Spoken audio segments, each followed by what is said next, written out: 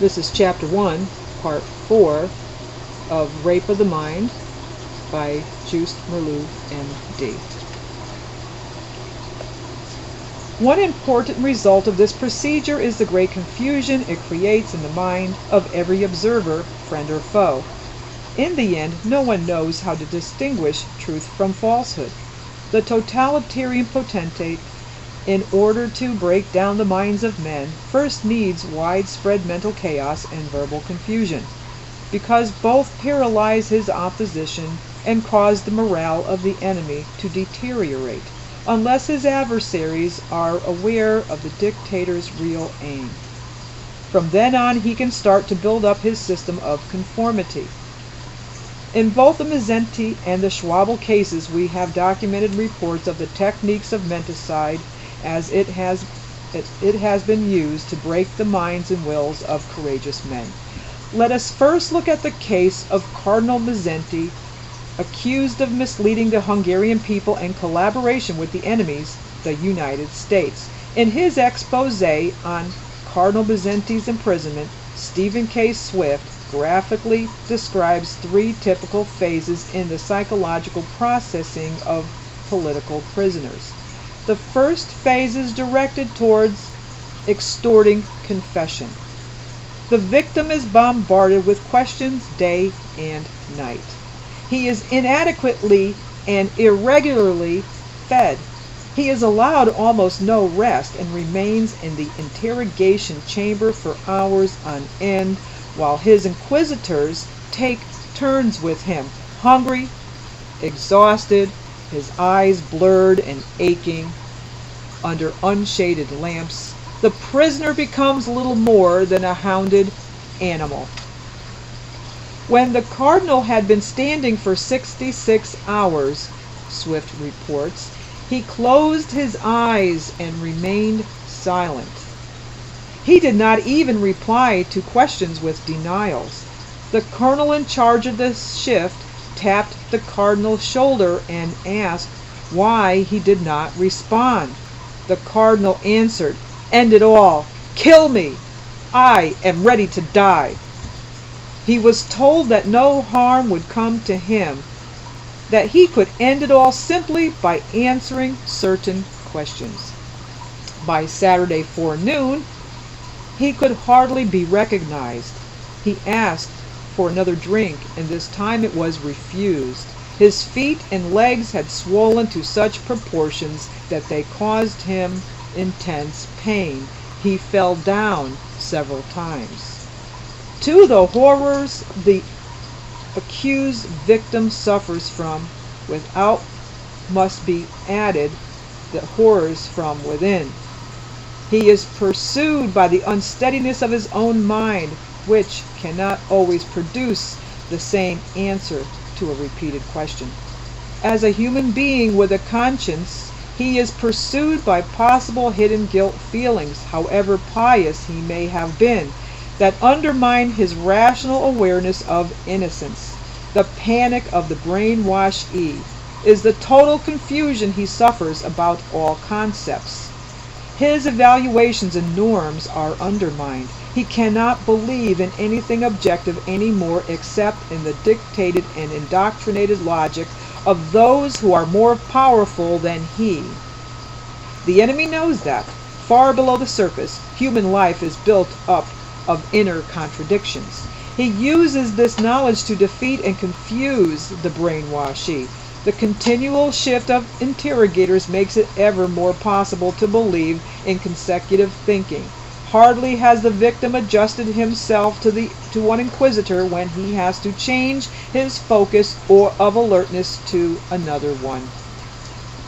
Yet this inner clash of norms and concepts, this inner contradiction of ideologies and beliefs, is part of the philosophical sickness of our time.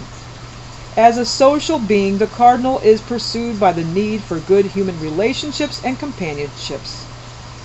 The constantly reiterated suggestion of his guilt urges him toward confession. As a suffering individual, he is blackmailed by an inner need to be left alone and undisturbed, if only for a few minutes. From within and without, he is inexorably driven towards signing the confession prepared by his persecutors. Why should he resist any longer? There are no visible witnesses to his heroism. He cannot prove his moral courage and rectitude after his death.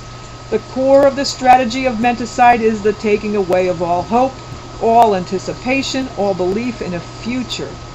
It destroys the very elements which keep the mind alive.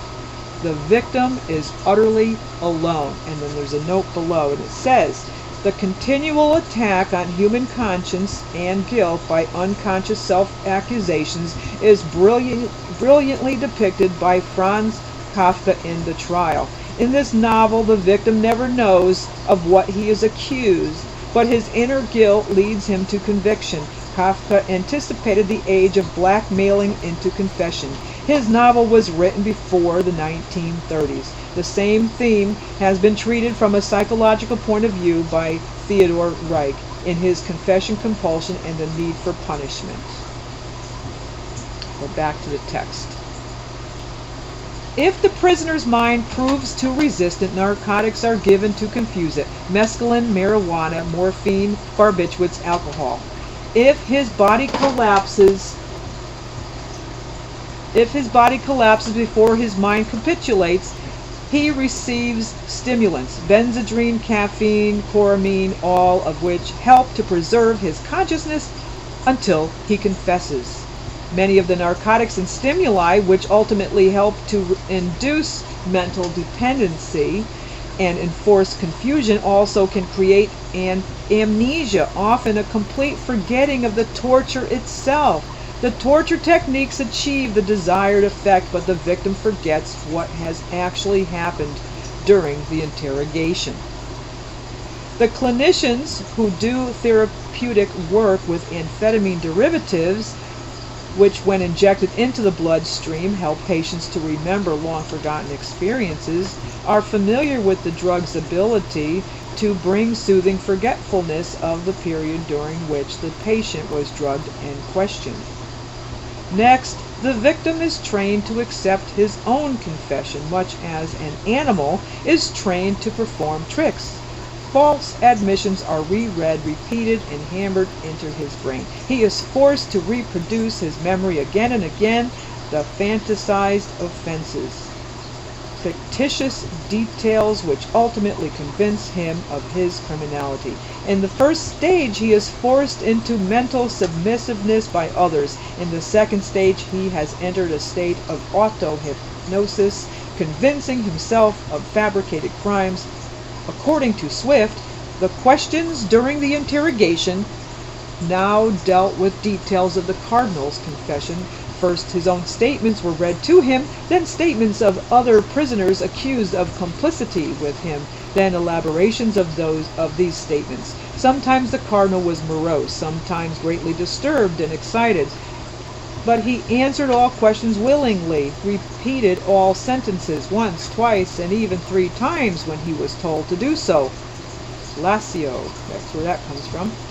In the third and final phase of interrogation and menticide, the accused, now completely conditioned and accepting his own imposed guilt, is trained to bear false witness against himself and others. He doesn't have to convince himself anymore through auto-hypnosis. He only speaks his master's voice. He is prepared for trial, softened completely. He becomes remorseful and willing to be sentenced. He is a baby in the hands of his inquisitors, fed as a baby and soothed by the words as a baby. And then there's a note below. A more extended survey of the different psychological stages in menticide and brainwashing will be given at the end of Chapter 4. And this was Part 4 of Chapter 1.